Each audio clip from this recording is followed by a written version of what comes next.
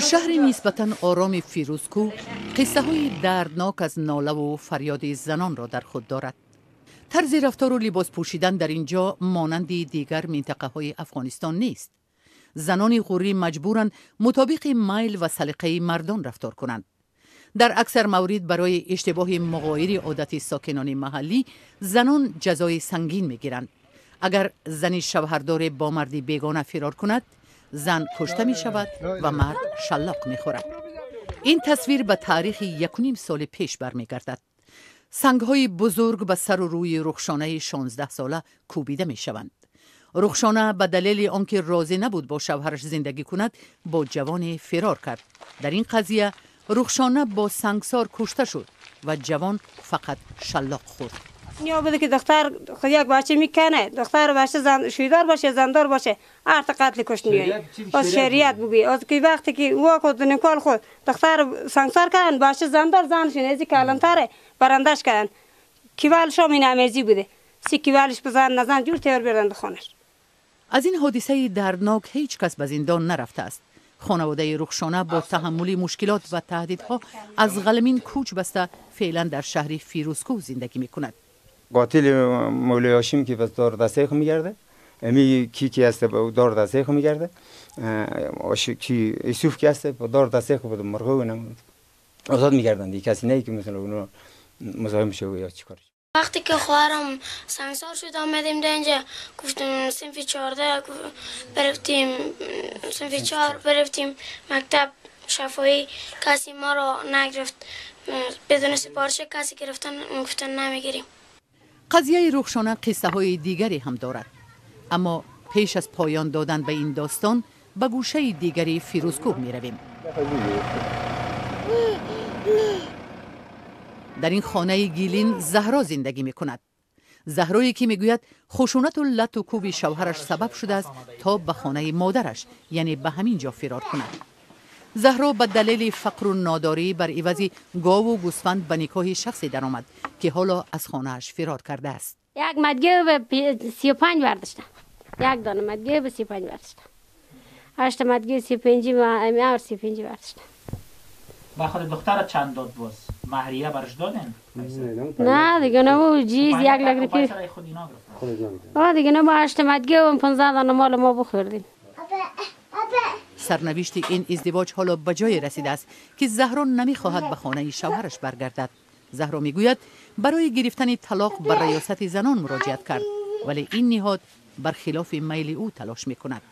ریاست امور زنان میگفتن که میره بر نمیره 10 لک روپیه بیارین بندازین، وقتی که نمیره اینا سر تو دنیا دادن میره دل یا که 10 لک روپیه میندازی یا که به زور میبریم. چون ایگه شانه‌ام کاملا رد میکنم. ریاست امور زنان صلاحیت طلاق نداره. یک واقعیت هسته زمانی که خانم به ریاست امور زنان مراجعه میکنه بدون از اینکه از صلاحیت ریاست امور زنان با خبر باشه، فورا او در ریاست امور زنان خواهان طلاق میشه که ما مرجع قانونی رو وقتی که برشان نشان میدیم و مرجع قانونی برشان میگه ادارات عدلی و قضایی که اگر شما کدام اسناد دارین و دلیلی دارین که برای براءت شما یعنی باشه ما بتونیم حداقل شما رو طلاق بکنیم، ولی بدبختانه که خانم‌ها چنین اسناد رو در دسترس ندارن.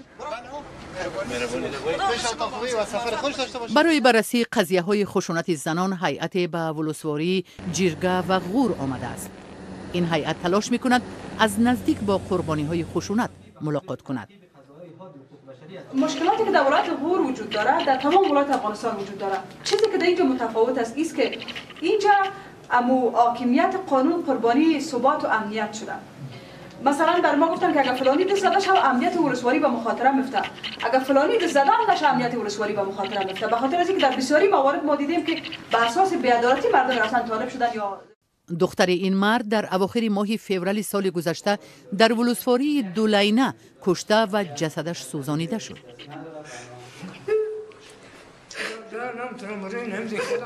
در برابر چشمان اشک‌آلود پدر کسی ظاهر می شود که متهم به دست داشتن در کشتار دخترش است. دختر ما کشتم کاکا جون. نه تو نکشته کی کشته؟ من کشتم.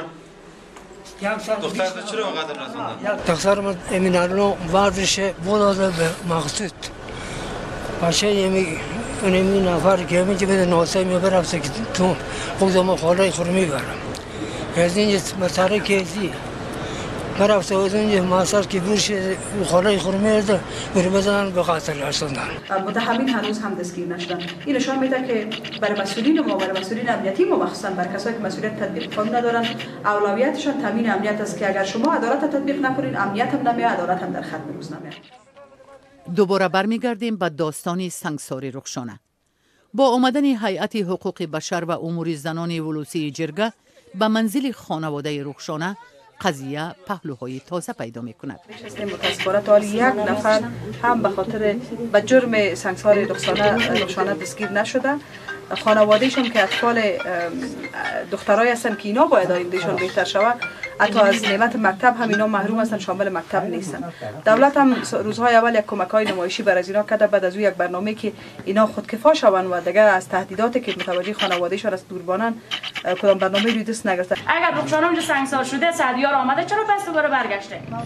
گفته می شود که در گذشته مولوی سعدیار عضو فعال گروه طالبان بود و بعضی ادعا وجود دارد که دستور سنگسار کردن رخشانه را محض مولوی سعدیار صادر کرده بود که اخیراً از بازداشت امنیتی ملی در این ولایت رها شده است. کسان مثل سعدیار که اینجا گفته شده از طرف نهادهای مختلف که آدم در فتوای سنگسار رخشانه امضا کرده، اما به دلیلی که خودش اونجا میتونه امنیت را بیاره، برخورد قانونی هم روی صورت نگرفته. بر اساس ارزیابیایی که ریاست امنیت ملی ما انجام داد، تحقیقات و بررسی، یادم داود دست نداشتن و کسی هم علیش اعتراض یا نداشتن. در این اواخر ولایت غور وابسته به قضیه های خشونت زنان هرچی بیشتر در سرخط رسانه ها قرار می گیرد.